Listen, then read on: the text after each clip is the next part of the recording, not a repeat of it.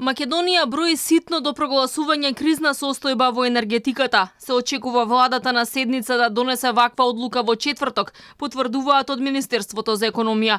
Министерот Крешник Бектеши уште минатата недела најави дека оваа седница ќе биде прогласена енергетска кризна состојба која ќе стартува од 1 септември и ќе трае 30 дена. Прогласувањето на криза е неопходно за да се искористат државни пари како и заеми од меѓународни финансиски институции за набавка на јаглен и мазут за потребите на државните електрани, како и за купување на струја. Се работи за 100 милиони евра кои ЕСМ ги позајми од Европската банка за обнова и развој, а треба да овозможат целосно да се стават во функција 100% од вкупните енергетски капацитети во земјава. Токму кризната состојба и овозможува на владата директно да располага со сите ресурси на државата. Во случај на кризна состојба може да се употребат и ресурсите на јавните предпријатија, установи и служби, како и на трговските друштва кои се од посебно значење за работа во кризна состојба, во согласност со закон.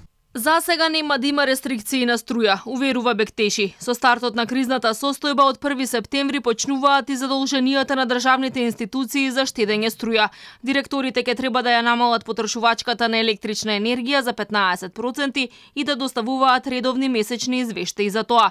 Тие што нема да заштедат доволно ќе се соочат со санкции, но какви ќе бидат тие за сега не се знае. Мерките предвидуваат климатизерите да работат на 27 степени на лето и до 20 степени во текот на зимата, да се проветрува ретко, да се изгасне украсното осветлување на зградите, да се штеди на употреба на компјутери и принтери. За граѓаните и фирмите има само препораки.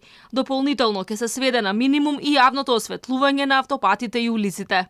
Бизнисот алармираше дека со нетрпение очекува мерки, бидејќи 5400 фирми затвориле поради превисоките сметки за струја. Нивните предлози стојат во фиоките на економските министри повеќе од 1 месец.